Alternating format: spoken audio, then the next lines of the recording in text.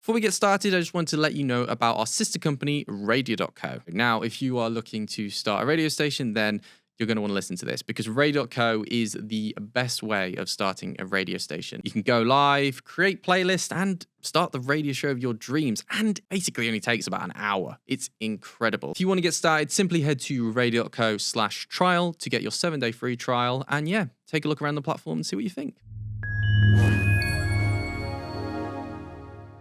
Well, we back at it, fam, serving up all things sound, no cap. Today's episode is straight fire. We're diving into the whole BRAT Summer vibe check, and trust, it's been major slay. But like, why though? Then we're going to talk about if Global's bringing the main character energy with their new radio stations, and I'm low-key obsessed. But is this a win for radio or big sus flex of their guap? We'll give you the W or L and see if it's time for Bro to start their own Riz station. And don't sleep on the fact of the day, it's going to hit diff. So plug in, vibe out, and let Audio Insider live rent-free in your ears for the next hour. It's giving demure. Yeah, what he said, everything that he said. Hi, how are we? Are we okay? Are we good? I am low-key flexing, no cap. See, I don't ever feel that 25 is necessarily old until I hear words like this, and then I'm like, wow, I really am not down with the kids, with the vernacular. Let's skibbity get to it. Yeah, let's riz on. Well, the reason we're talking like this is because on today's podcast we're talking about the end of BRAT Summer.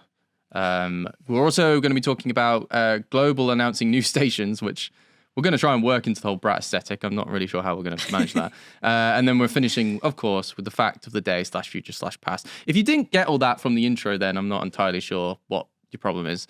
But yeah, just in case you didn't realize. Very clear. It was delivered in a very clear. Very demure. Very demure. Yes. Very demure. Very demure. Neve, I'm just going to let you lead with this whole thing because I don't really get. Well, I mean, I do get it. I mean, it's clear. It's clear from the intro. Rowan. I get it. You're I'm very much Brat. Please tell those who don't get it what it is. What is BRAT Summer? The excellent thing about BRAT Summer is it's kind of unquantifiable. You know, you can't really fully accurately describe it. It's a mindset. It's a state of mind, and it's also a really deep. good marketing campaign. It's really good, and that's why we're talking about it. So let's kind of unpack BRAT Summer. First and foremost, okay, it's referring to a Charli XCX album. Released I know on, her. Yes, we know her. I know her. Released on June the 7th, 2024. But the BRAT movement per se, I would BRAT say. movement. It was a movement. Wow. It's a cultural movement. I'm going to argue it's a cultural movement. We'll get into it. It sort of started with the 360 single. 360. Yeah, that's the one.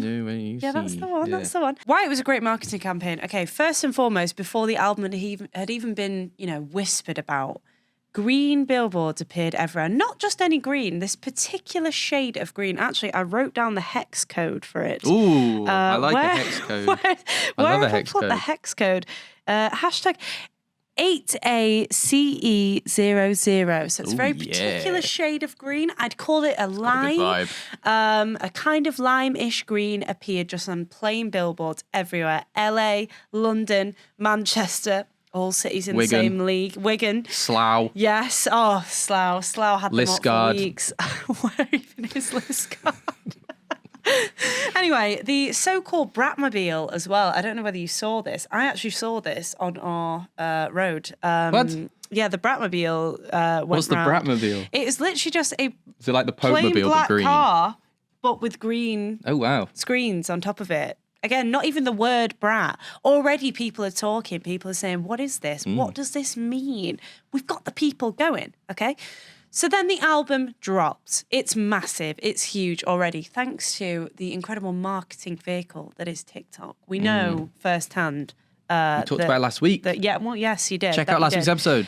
Yeah, that too. Although, I'm not in that one, so maybe don't.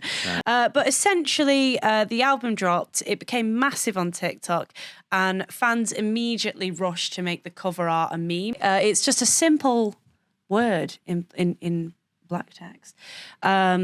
And fans have just gone crazy with that. It is like everybody's profile picture on Twitter at the minute. With, you know, your name or sorry. X. Sorry about that. Please use the right term. Otherwise sorry about Elon that. will come for us. Sorry about that, Elon. Sorry about that. And then you have the idea of what BRAT actually is. You know, you asked me earlier, what is BRAT? What is BRAT? Here we go. Okay. What is BRAT? Here we go. So I personally would say being a brat girl is kind of like the antithesis to this idea of being a clean girl. So I would say, particularly in the past sort of 5 years, this whole clean girl thing has come in, and it's sort of to do with how, you know, like the big celebrities are, you know, they have this like slick back hair and like a minimal makeup look, and they look very clean and put together and what have you. And BRAT is the antithesis to that. It's party girl, you know, It's grimy, it's dirty, it's messy, it's just, you know, it's crazy, you know what I mean? It's kind of, I would say people of our age, it's Kesha, a little bit Kesha, if you recall how she was back in the day. You know, I would say Kesha was BRAT back in the day. But yeah, it's very broad. You know who was also BRAT? Who? A bit niche. Mona the Vampire. She was extremely BRAT, and actually she had Charlie curls. I would say, yeah. But wasn't she? If I remember correctly, she was BRAT by night, but kind of more demure by day. Is that right? It's very demure. But She's very demure. to be honest, I don't think she was ever demure. She always was getting about with the little cape on. Who was demure by day? I thought Mona the Vampire, the whole thing was that like she was just a normal girl. And then she wasn't actually a vampire. It was just that she put in the... Yeah, anyway, I think you're right. Yeah. She was still BRAT because it's a mindset, I would say. And anyone or anything can be BRAT. And that's kind of the beauty of it. It's a very inclusive marketing campaign. You know, you can claim anything as BRAT, really. Yeah, definitely. You know, there was a meme going around of a frog with a cigarette in its mouth. BRAT. Do you know what I mean? What, an actual frog? I don't think so. I think it was photoshopped, if I'm honest. Okay, that's fine. In fact, thinking about it, I think it was a toad. But anyway, it's by the by. Oh, well, that's fine then. BRAT, extremely BRAT. It's very BRAT. Do you know what I mean? Yeah. Anything can be BRAT. And that's kind of the beauty of it, really. And I think people were just applying it to themselves. They're applying it to different things, yada, yada. But yeah, the album sort of got released at the very, very start of the summer. And I would say the trend is still taking over TikTok now because people are saying, oh, BRAT Summer's over, time for, you know, BRAT Autumn, and they're doing the transition into like a Stevie Nicks song or whatever. But I would say the biggest thing that made BRAT viral in this era really is the TikTok dance, the apple dance. That you were doing at our last work social. I'm not great at it, I've got to be honest with you. I didn't realise that was viral until I saw you doing it. Yeah. What? Yeah, and that's come from Kelly Hayer. Apparently, who's Kelly Hayer? Do you know her? Yeah, she is this TikTok creator who wears wonderful outfits. And yeah, I actually do remember seeing this dance for the first time. And I didn't even know that she'd come up with it, really. I just thought, oh, that's cute. And the next thing, Charli was doing it with Troye Sivan. And then it just so she's actually done it? Yeah, Charli's done it. And then, like, I think she reposted the other day about, like, a sort of like a highlights of people that had done it. Like, Kim Kardashian had done it with a kid. The guy from Twin Peaks. You know, there's so many people that have done it. To me, Kyle MacLachlan is as big a deal as Kim Kardashian. But yeah, it was a movement. This is what I mean by it being a movement, you know? Not only... is it sort of staying within the TikTok sphere? They were talking about it on news outlets. Yeah, it's everywhere. Yeah, like I saw that clip of Australian news where they were trying to debate like what BRAT is. And then also in the American, this is another side meme that's come about that basically Kamala Harris is BRAT, essentially. She's very BRAT. I don't know where that came about. I think people were making edits of her saying that quote about the coconut tree. Did Charli XCX actually say like she's BRAT? Or yeah, she like, confirmed on Twitter that she is BRAT. Okay, so that's it. Basically, you can't dispute it. Yeah, I know, because it comes from the source, really. But yeah, like the American political pundits were talking about it in like shock, like, what is BRAT? What does BRAT mean? And this is what I mean. It's just about it being a cultural movement. Everybody was talking about. I was surprised it wasn't debated in the House of Parliament. I bet it has. Not even a joke. You can do that thing, can't you? And search a word if it's been said in Parliament. You know when they do like the word of the year thing, I wouldn't be surprised if that was like a contender. If Brat was like in contention. It's in the dictionary, yeah. but I'm saying they might have altered the definition. Yeah. Bad news, everyone. Doesn't look like Brat has been mentioned in Parliament.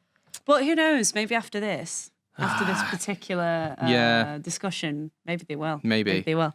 But yeah, you kind of wrote a couple of other sort of key moments here of the movement. Just stuff that I've noticed was obviously the Kamala thing is massive. Like that's like a whole political marketing strategy is sort of surrounded is Kamala Brat or... Well, her team, I don't know if you noticed this, her team were reposting it themselves. Yeah, which is so clever because already you've got like the younger generation on board there. I know, People are thinking like, oh my God, yeah, she's Brat. She's just like us, you know? Yeah, and when you need...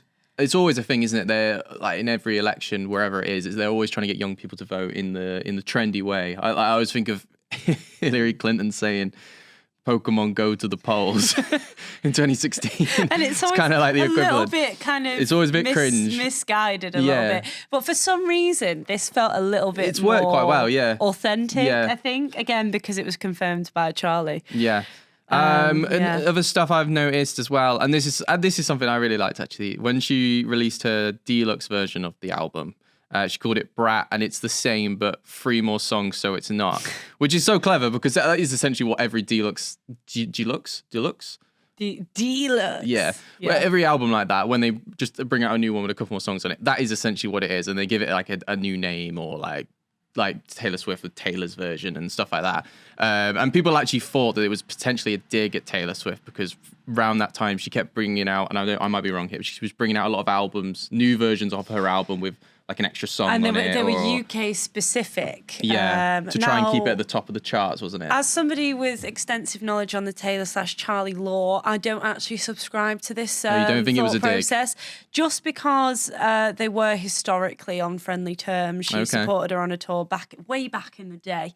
But equally, I don't know, because Taylor Swift is a massive marketing empire. But a lot of people were saying that she released these albums specifically to block Charli from number one spot. I don't think it was as cunning as that. No. But equally, if Charli wants to take that narrative and run with it, I would probably advise she did, because it would so go with the Brat Girl aesthetic to rally against Taylor Swift, who is... I would say Taylor Swift is like the... Very demure. She's extremely demure. She is... antithesis to Brat Girl, as a Swiftie as well. She's a very clean girl. So that would be an interesting angle to take. But the album addressing the feud with Lorde, which it wasn't. That's what's so interesting about Girls So Confusing. It's not even like it's a feud. It's more just kind of like one of these things where you can't really work out if somebody likes you or not. So Lorde actually comes back and says, "Oh, hold on, no, Charli, I really like you.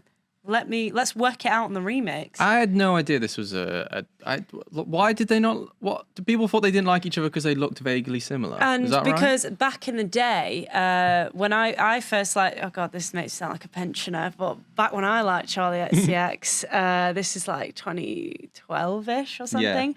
They kind of took up a lot of the same sort of Tumblr space. Charli was very different back then. And as was Lorde, they were very like indie, kind of like, I think they're about the same age, whatever. So it's your classic like Blur Oasis kind of thing. They're just around at the same time. That's what the song's kind of talking about, the fact that like the industry pits women against each other in this whole thing. Very true. So there was something really great there, I think, as well, because you're bringing Lorde fans in to your music by doing that, and all of the features on the remix album, the Billie Eilish one, you're bringing in a whole new group of younger people here, and it's that is super clever. That is very impressive, I think, with the whole marketing angle of this, is that Charli XCX is not like a new artist. She was obviously around when we were younger, sort of like really sort of peaking at that point, and she has kind of disappeared for a while. Is that right? Like, I've not heard about her for a while. She's kind of been there, but not like, she's not been like a number one artist. So this is the thing with Charli. So essentially, way back when, if you guys remember, like, I don't care, I love it, whatever, all that. and like Boom Clap, whatever, she was kind of making songs that were designed to get into the charts. And it worked. But she kind of expressed actually that, you know, she wanted to do something a little bit more experimental. She got the producer Sophie in. She was an incredible visionary, no longer with us, very sad. And during that era, the music wasn't particularly palatable to like wider audiences, I would say, outside of like EDM communities or like the LGBTQ sort of music space. So she's always been there, but kind of like not in the charts, essentially. Right, yeah. And this movement's so brilliant because you get both sides of that. You know, she's making music she actually wants to make and she loves making, but it's also still doing well in the charts, which hasn't happened for her for a very, very long time. So I think good for her. Good for you, girlie. As well, this sort of like ironic, sort of not like it's the way she's sort of approached it. I think is refreshing. It's kind of like there's humor to the way she's marketed the album. It's not been taken too seriously. Even the songs themselves, there's humor to the songs. No, 100%. Yeah, and I think that is quite refreshing in a world where, like, you get like these sort of sad love songs. That's basically all you're getting, like sad love songs, and it's like, I can't, like, that's all that's in the chart. So when you get something a bit weird, a bit funny, obviously that's going to draw your attention. People just want at the end of the day, like the song that she sings, are club classics. It's literally just when I go to the club, I want to hear those club classics. You know, I want to hear bangers. And she's kind of talking about the fact that music just doesn't feel like as fun as it used to, you know. And this summer, I feel like the pop girlies have been bringing it back, you know. Like Sabrina Carpenter, she's a lot of fun. Her music is very cute, you know. It's very, very cutesy, and it's very fun, you know. We're kind of bringing back. Isn't there the whole like Three Horsemen of the Apocalypse thing with like her, Sabrina Carpenter, and Chaperone. Yes, her. Chaperone. We could do a whole episode on Chaperone. But that's how they've worked together in a way, though, haven't they? Like to sort of become that, and I think it's a great place to be. Yeah, in. Like, exactly. And I've noticed that nobody's pitting them against each other, like the industry tends to do. If anything, they're kind of seen as in the same sort of sphere. It was a great summer for music. It really was, and kind of you know, in that vein, a great summer. As a good example for marketing. Yeah. So, you know what I mean? People that are into marketing, it was a great example, I think. So, that's the whole reason we wanted to bring this up. Although, Neve, I'm sure you would have just loved to talk about BRAT Summer or whatever. But we kind of wanted to talk about it in the sense of how you could potentially use it within your own sort of marketing for maybe like an album, obviously, because that's this is where it came from. But you might have noticed that pretty much every brand has been jumping on this over the past summer. Like we've already mentioned how Kamala Harris has been doing it during her campaign. But more like you might have seen like your local coffee shop suddenly having a BRAT menu, or like you might have noticed your chain of supermarkets doing like social media posts on TikTok or something. And it really has taken over the sphere in the same way that probably like Barbenheimer did last year. Yes, exactly. It was almost like if you didn't do something relating to it, you were sort of missing out. You were sort of like missing the trend sort of thing. So we kind of wanted to talk about how you could potentially try and start a trend like this if you wanted to, or if you're on the flip side, how to jump on trends that are already existing for your own brand, whether that be a podcast or, like I say, an album or a radio show. So I just threw up a few statistics, did a bit of searching. According to Hush Digital on Instagram, the hashtag BRAT Summer had over 2.6 million posts by July 2024. Now that's only a month after the album even came out. So it's going to be a huge amount more now. Obviously, this highlights the widespread user-generated content that flooded social media. And they also go on to say that the BRAT meme generator, which I'm guessing is just a generator that makes something look like the album artwork. Oh, come on, Rowan, like you didn't put your name into it. I didn't, but I will. I put mine into it. Apparently that saw a massive surge in interest, with searches increasing by over 500% during the peak of the campaign. So I'm guessing that was also around July.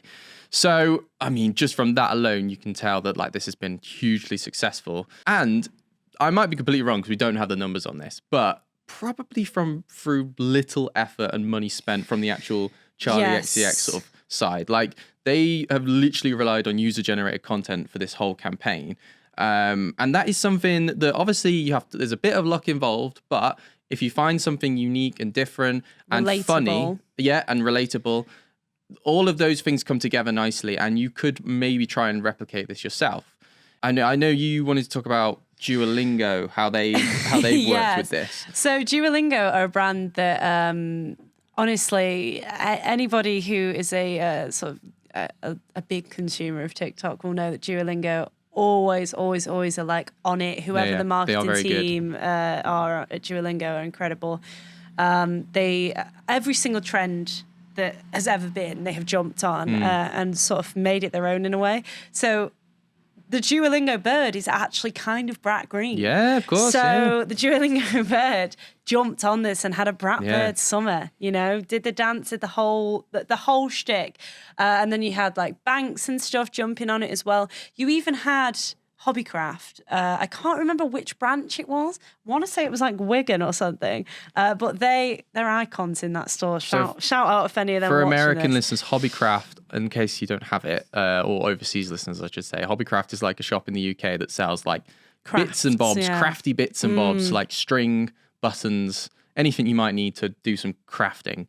I've probably not been in one for about 15 years. I didn't even realize they still existed. I do like to go in there. I Okay. do. They have what do you call it? That like plasticine that sort of like air dries and it sticks, and it's very cute, very nice. But anyway, not the point. The point being, isn't it fascinating that other marketing campaigns are using this marketing campaign to like help their marketing campaign? Like, it's very rare that a marketing campaign has such an impact that other brands are going, instead of copying it, let's just do that. Because if you think about it, by Duolingo doing that, they're also helping the Brat marketing campaign. So it's kind of like scratching each other's backs in a way.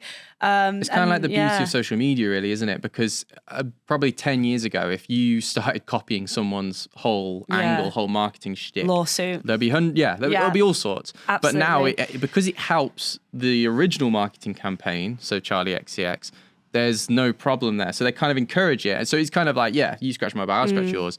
And I think this is just going to keep happening. And it seems to be a summer thing. Like, these things pop up in summer. Yes, definitely. So, well, it'd be interesting to see what it is next year, because I guess you can't really predict it. It's kind of just... And again, it's predominantly an organic thing, which is what's so brilliant about it, because often I think marketing campaigns definitely feel a little bit, silent brand, a little bit... they're not relating to the consumers fully. And that's not their fault. It's not that the marketing team isn't good. It's just that if you're marketing something that, for example, Gen Z aren't, just generally looking at statistics, aren't typically interested in, it's going to come off as inauthentic. It's going to come off as they have, no idea what Gen Z are actually interested in. But I have also noticed in that vein that it seems to be that a lot of these, for example, like Sainsbury's, I've noticed, they've definitely hired somebody, if not Gen Z, a little bit older on the marketing. They definitely have done. I can tell from the stuff that they're posting, and they comment on other people's posts, which is, it's interesting because it's not about age. You don't have to be of that age. You just have to have a good grasp of what Gen Z are interested in, and I think the only way you can do that is by consuming media. So I guess I would say, if you are looking at doing like a marketing campaign, and you want it to be something massive like this,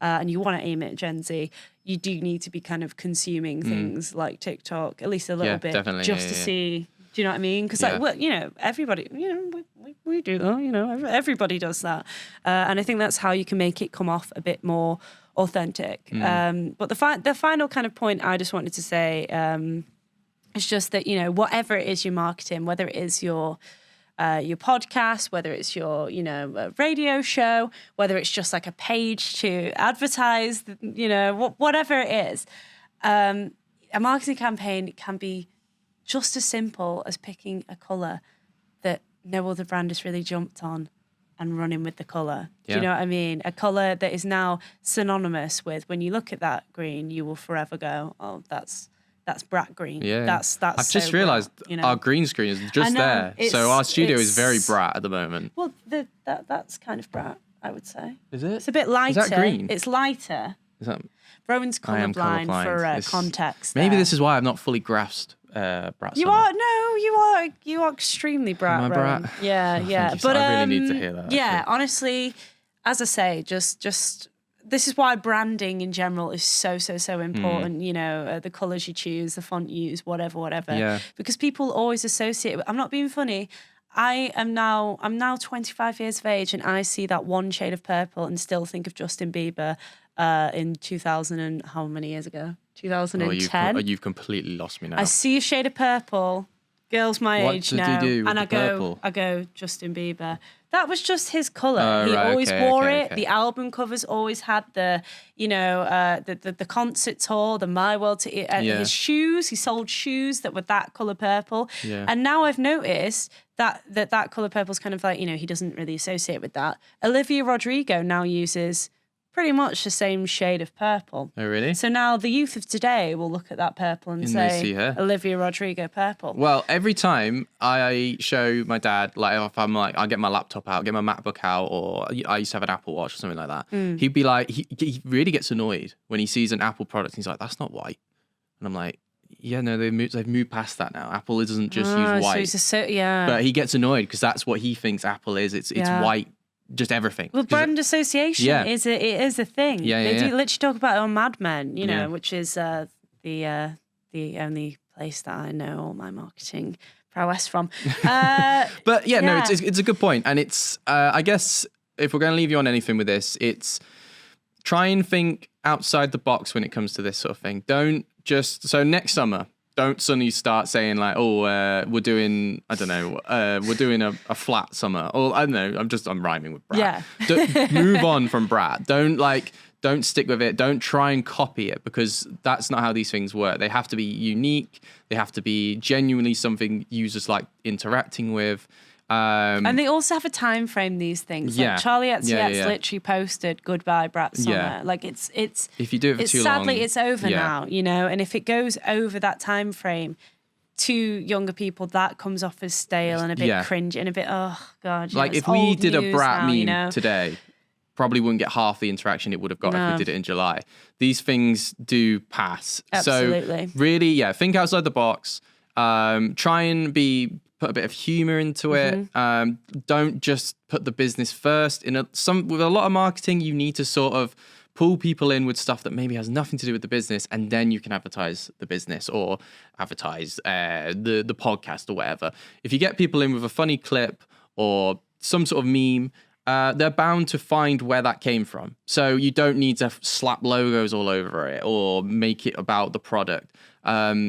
Do that eventually, but first of all, get the users in, get the audience in, get them following on your social accounts, all that sort of stuff. But yeah, I think the main thing is just be unique with it and just try things out. If it doesn't work, doesn't matter. It's social media. Who cares? And stream Brat by Charli XCX.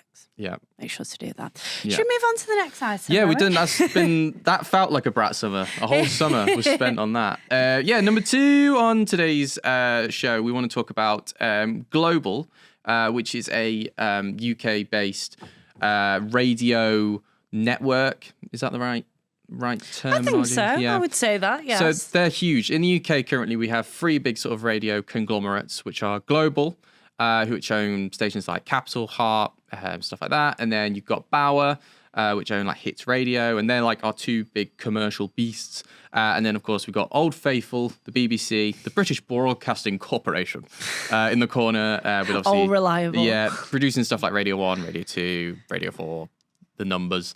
Global is one of the big dogs. I think actually maybe the big dog now. I'm not entirely sure on that, but I think they might actually be outperforming the BBC these days. And the way they've done that is extremely clever. They've obviously just keep buying out stations and turning them into sort of capital stations, but they also own a huge amount of, I don't know if you've noticed this, but just advertising boards across the country. They are extremely good at getting awareness out there about their stations and their presenters and new shows and stuff like that, which is strange because obviously They've sort of founded their whole brand on being good at marketing. So I was quite surprised to see that this whole new 12 stations thing was marketed so badly because if you're a follower of radio and you follow like Global on social media and stuff, you will have seen that they had been posting these little teasers with like numbers and like almost like something was coming. But I was very confused what the hell was going on. They didn't really make it that clear. Maybe it's just me. Maybe you understood. But essentially what they were doing was leading up to this 12 on the 12th thing, where they've announced 12 new stations are arriving on the 12th of September. And they're not entirely new. They're not like original stations or anything, but they're going to be sister stations to current radio stations such as Heart and Capital. Something we've seen them do already. There's already Heart Dance, Capital Dance, Smooth Relax, which I don't really get because isn't Smooth all about relaxing anyway? Yeah, I feel, unless it's just, specifically just like Sade or whatever. Yeah. There's no, but I thought that's what Smooth kind of was. Yeah, do not put that on in the car. Every time I put Smooth on, it's always Seal, Kiss yeah, Rose. That's the only song. Yeah. But yeah, so obviously, what does this tell us? It tells us that they're doing very well. They're able to launch 12 new stations, and these are exclusively online and DAB stations as well. So what does that tell us? Well, something we've been talking about for a long, long time now, and that is that internet radio is doing extremely well. It's really popular, and over the past few years especially, we're seeing huge impacts online stations are having in disrupting the industry. According to Radar, which is how we track radio stats in the UK, a record 50 million UK people listen to radio every week. And smart speaker listening now represents 17% of total radio listening, which is an 18% increase year on year. Also from Radar, we are seeing that listening to radio in the UK is now done 27.8% online, and that's compared to 27% for AM and FM. So that's a 0.8% increase over AM and FM. So it's now more popular than the most traditional form of radio, which is huge. And that is from this year as well, in 2024. Massive. A couple more. Online radio listening is now made up of websites and apps, which is 11.2% of all radio listening, and smart speakers take up 16.6%. So again, all of this data shows us internet radio is not this sort of background beast it used to be. It's not the niche guy in the corner. It is now becoming one of the main ways, if not the main way, people listen to the radio. And you constantly hear radio is dead, blah, blah, blah. It's not. It's growing year upon year. Otherwise, you wouldn't see these huge brands like Global releasing 12 new stations in one. I'm not sure where this rhetoric comes from. I actually think we can take it back to we could even take it back to like when TV started being a thing. I think that's genuine. I think it's just whenever another sort of like form of media starts to get popular, people go, oh, well, this medium's dying, it's dead, it's whatever. People say it with, for example, like physical media, and I don't know about you, I'm noticing a real there's a resurgence there too. People buying, like vinyl and stuff like that. I just think it's a real misconception, and it's such a shame because it like kind of puts people off and perturbs them from, like people that are interested in becoming radio presenters or having radio shows. If people are going, oh, radio's dead, they think, oh, what's the point? Why would I? And it's just so not true. And it's such a shame because there's probably so many amazing broadcasters waiting out there, ready to get going, that are probably a little bit put off and discouraged. And I think the message here is just don't be. If anything, it's a great time to kind of get involved in online radio. You can use like a service like radio.co, and in like seconds you can have your own radio station set up, ready to go to talk about whatever you want to talk about. Because nowadays there really is a market I would say, for everything, for absolutely everything. Even if you've got like a really niche interest or subject or anything like that, there's a podcast about it. Yeah, you only need to look at podcasting. 100%. So I think these are really positive results in terms of that, definitely. And I think, but so going off that, if you are in the position currently where you want to start a radio station, maybe you already have a podcast, or maybe you don't have a podcast, but you're thinking radio might be a better way of talking to your listeners, doing the sort of live aspect, then we would obviously strongly recommend looking to Radio.co, one of our sister companies. Essentially, Radio.co is an online cloud-based software that allows you to create a radio station. And I say this all the time, and it might come off as cliche, but you can genuinely start a radio station, get it up and running, and be live within an hour. It's incredibly easy. I don't have a radio background, but I can use the platform so easily. And I back when I first touched it, I was able to create my radio station within an hour. So that's why I always say it. It's genuinely true. And obviously you can spend lots and lots of time on it to make it more fancy and have a lot more features and stuff like that. But if you want a basic radio station where you're going to go live 1 hour a day, say, and do sort of a podcasty sort of show, you're not going to play any music or anything like that, you can genuinely get that done in an hour. If you want music, you can have music. If you want to do not live stuff, you want pre-recorded stuff to go out, you can do that. If you want a news show, you can do anything. Basically, if you're listening to a radio station like, I don't know, one of the BBC ones, you can replicate that and create your very own version of it in your own unique way. And you only need to look at some of the stations that use Radio.co, such as Gen X Radio, Reform Radio. These are stations that were only established a couple of years ago and now are huge. And they are mainly online, but they also have moved to DAB. So you don't need to strictly be just online. You can move over to the other forms of transmission as well. And yeah, I think this just shows that, like, obviously radio's not dead, but also, like, there is just so many ways of getting content out there. You 100%. can be a TikToker, you can be a YouTuber, you can make vlogs or whatever. But you can also, if you prefer just the audio sort of side of things, you don't want to be on video, then yeah, start a radio station, start a podcast. There's so many different ways. And there's so many listeners out there. Do you know what I mean? There's so many people that, you know, might just come across you by chance, but there's also so many people that will share those interests, whatever you want to talk about. Even if you want to, like, just have like a specific, like, just specifically music. We have like a lot of stations like that, you know, just play like just a genre. One genre.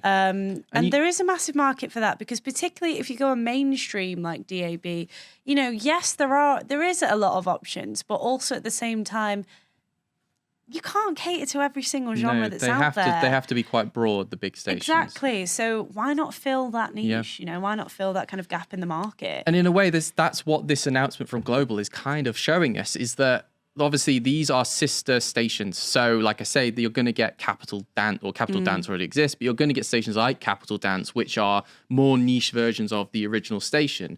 And you see this as well with, like, even the BBC are doing this now on their BBC Sounds app. You get like Radio 1 Chill or something like that, which is just chill songs that they might already play on Radio 1, but you're not going to get, like, you're not going to be chilling all of a sudden, like Virgin a song. have Virgin Chill as well. Yeah, you're not going to get something that's going to interrupt that. It's all chill. And it's great for whatever kind of like vibe you're feeling, you know, like I don't listen to Kiss, but Kisstory. I listen to Kisstory all the time because I know I'm going to get the old school garage vibes. You know what I mean? And it's extremely clever. And it doesn't just translate to music. In some cases, you might want to go, I want to start a film podcast. But in some cases, you might think, maybe I want some audience interaction for my film podcast. So I'll do it live. I'll do it as a radio show. And then I can have people, like, sending in messages during the show. And it's kind of like what Twitch was for video, but radio is now that for podcasts in a way. It's kind of just like a live aspect. So you can do anything. You don't need to be broad like the big stations. You can be niche. You can be weird. You could have a whole station dedicated to Brat if you want, just different Brat things. I would love that. I would really love that. Yeah, absolutely. Why not? I'm not gonna lie. My my partner's car is essentially that station, much to his chagrin. Absolutely. I think it's more accessible these days. Back in the day, you know, you would have had to, I think you would have had to invest in like proper equipment. Nowadays, even if you don't have a mic, you can literally just use your iPhone. I used to literally, when I started off doing radio, I just used to use my iPhone mic, and it's actually really good. Yeah. For what it is, it's really, really good. And that's the beauty of Radio.co in a way, in that you don't need much to do it. You can start a free trial to see if it's for you. The software is really accessible and it's all on your laptop. You don't even need something like a mixer like we've got here. You can just use your laptop. You can install maybe a software-based mixer and you're away. So easy. Definitely recommend Radio.co if you've not heard of it already. I think that pretty much wraps us up. I think it might be time for... It's the fact of the day /future /past with your host, Rowan Walsh. Roll the thing. OMC Fact of the Day /future/past. Okay, so this is the part of the show where I have to turn my screen. Okay. Because the fact is, as always, unseen. Yeah, like I don't know whether you guys know this, but Rowan just gets so excited to share. You know, I have no idea. I'm going. You know, I'm blind. This is a blind react. So you know, it's very authentic. Okay, so last week we had cows and music. This week we're more broad. We're going with just sound in general, audio, audio. Yeah, okay. Did you know, Neve, your brain is constantly eating itself? What do you mean? Well, according to BBC Science Focus, this process is called... Why is there always a word I can't pronounce during these facts? This process is called phagocytosis. And it's essentially where a cell consumes smaller cells or molecules to remove them from the brain. So... Wait, so I'm constantly losing brain cells? Essentially, yeah. And as far as I'm aware, it's stuff that's not being used. Oh, I see. Okay. Okay. Apparently, it's not harmful, and it helps preserve your grey matter. Oh. Well, I do like to keep the old grey matter. It is good to keep your grey matter. I do like to look after the grey matter. Now, this opens up questions, I think. That's all I've got. I don't know any more about this. I mean, I could look it up, but I think this is a good topic of discussion. Is this why, like, you walk into a room with, like, a purpose and you're suddenly like, why did I come in? Is it like, are the cells, have they just consumed that little thought I had before? Like, and I'm like, oh, damn it, I needed that thought. I don't know, like, how quick is the turnaround? Do you know what I mean? I don't know. Does it take away? I'm wondering if it takes away, you know, like when you're like, when you're younger and as you get older, you just start to forget things that you avidly remembered when you were younger. I wonder whether it's just cleaning up like old, do you know what I mean? Yeah. Old tea. It goes like, oh yeah, no, it's not relevant anymore. Yeah, and maybe that's why we have like deja vu. Like you walk, you see something, like I'm like, oh look at that light, and then those little molecules are eaten, and I'm like, oh my god, I've seen that light before. That being said, though, you know, like when you've completely forgotten about something and then somebody says something to jog your memory, and then you go, oh, no, I do remember that. What's gone on there? Has it just gone into a little side room or something? That's true. Yeah, potentially. I've also just realised that I said this was about audio, but I don't actually know what I was thinking. I was kind of waiting for the link, but then I thought, well, the brain... I don't know. I genuinely saw this fact and thought, that's a brilliant fact for audio. I don't know. Maybe I saw it. I thought that's brilliant, but I can't use it because it's not audio related. And then you forgot. And they then ate that memory. Yeah, that kicked in, and I was like, oh no, it's brilliant. I'm not gonna lie, this conversation is making my brain cells a little bit. I think they're struggling a bit. Well, the grey matter is aching it. This segment really gets you going. By the way, my matter's not grey, it's BRAT green. I don't know whether you knew that. What? My matter, it's not grey. Oh. It's BRAT green. That's so... Julia. Who? OMC Fact of the Day /future/past. Anyway, that pretty much wraps it up for today. That's Gen it. Z are quaking. Yeah, sorry guys. Sorry team. But yeah, thank you for checking out this episode of Audio Insider. As always, if you enjoyed it, make sure to click subscribe wherever you are listening to this podcast. And we'd also really appreciate if you left us a little review. You can be honest. If you hated it, you can tell us. Neve will cry. Yeah, I will cry. I will cry myself to sleep. Yeah, you can tell us though. It will be difficult to get over. But some of the comments, I do enjoy some of the comments. Yeah, it's good to read. You know, yeah, we will read them out, whether they're good or bad. That's the Rowan Walsh guarantee. Yes. In fact, if they're the worse, the better. No, actually, no, we shouldn't be encouraging that. Leave 5 stars, but then you can slag us off if you want.